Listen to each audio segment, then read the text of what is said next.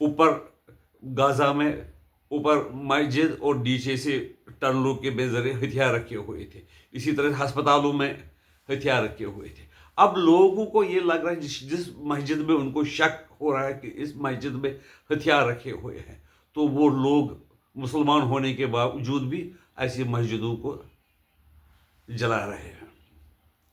اور لوگوں نے اس طرح سے جو مہیلاؤں وغیرہ جن پر یہ پابندی لگائی گئی تھی, ان پہ حجاب کی پابندی لگائی گئی, تو وہ حجاب پھینک کر اس کو تیلی لگا کر اس طرح, اور آیت اللہ خمینی کی فوٹو کو جلا کر اس سے سگریٹ پیتے ہیں. یہ پروٹیسٹ کا ایک نیا طریقہ انہوں نے نکالا ہے.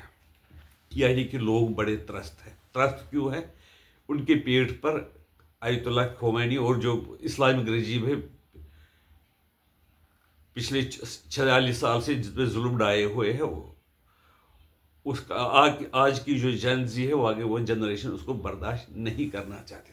پہلے اس ایجیٹیشن میں خالی بچے وغیرہ اسٹوڈنٹس وغیرہ شامل ہوئے تھے. اب عام لوگ, دکاندار, ویاپاری, یہاں تک کہ جو پیٹرولیم پروڈکٹ نکالنے والے ہیں, انہوں نے بھی کام کرنا بند کر دیا ہے. اور جس سے کہ جو ریولیوشنری گارڈس ہے یا ایران کی جو سرکار اسلامک ریپبلک آف ایران, ان کو پیسے نہیں مل رہے ہیں. یہاں تک کہ سننے میں آیا ہے کہ جو بڑے بڑے بیوروکریٹ ہیں, انہوں نے بہت پیسہ جمع کیا اور وہ فرانس میں سٹیزن شپ چاہتے ہیں, اور کہہ رہے ہیں کہ ہم بہت یہاں پر انویسٹمنٹ کریں گے تو ہمیں یہاں کی سٹیزن شپ ملنی چاہیے. کہ بیچ میں ایک افواہ اڑی تھی کہ جو آیت اللہ خمینی ہے وہ عراق کی اور بھاگ رہا ہے, لیکن اس کو لگا کہ وہاں پر میرے خلاف سازشیں ہو رہی ہیں. جو ڈسٹرکٹ جو عراق کے ساتھ لگتے ہوئے ہیں, وہاں پر میرے دشمن بیٹھے ہوئے ہیں, تو اس لیے وہ وہاں کی اور نہیں گئی. بعد میں ایک افواہ ہوئی کہ وہ رشیا جانے کی فراق میں ہے, شاید وہاں پر بھی نہیں جا پایا. اب کہتے ہیں کہ آج کل وہ ایک بنکر سے دوسرے بنکر میں چھپا ہوا ہے. چائنا کو بھی کہا گیا ہے کہ اگر آپ خمینی کے چکر میں پڑو گے تو آپ بھی نقصان میں رہو گے.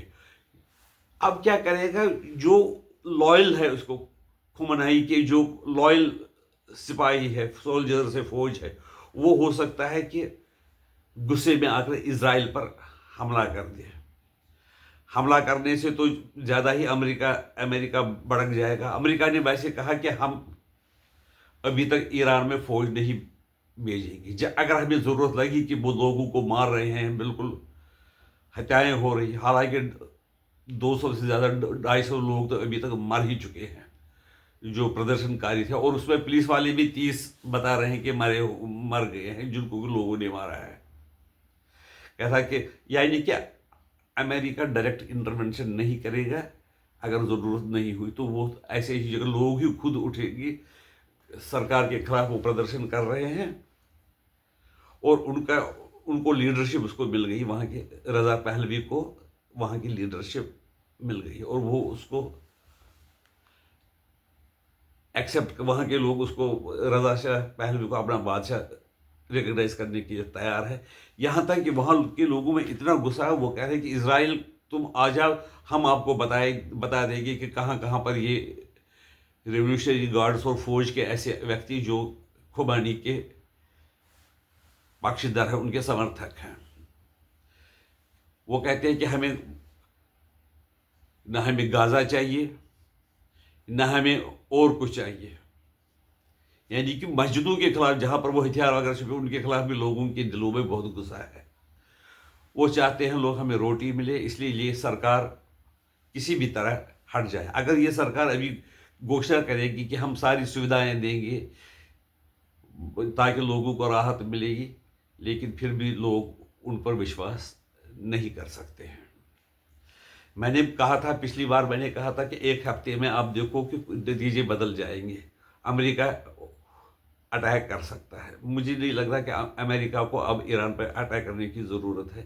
اگر اسرائیل بھی ڈائریکٹلی نہیں انوالو ہوگا، ڈائریکٹلی مطلب کہ فوج وغیرہ بھیجی بمباری کرے، لیکن اگر اسرائیل پر حملہ ہوا تو بہت ہی زیادہ رکت پات ایران میں ہوگا، اور ریولیوشنری گارڈز کو، خمینی کو بھی کوئی فائدہ نہیں ہوگا۔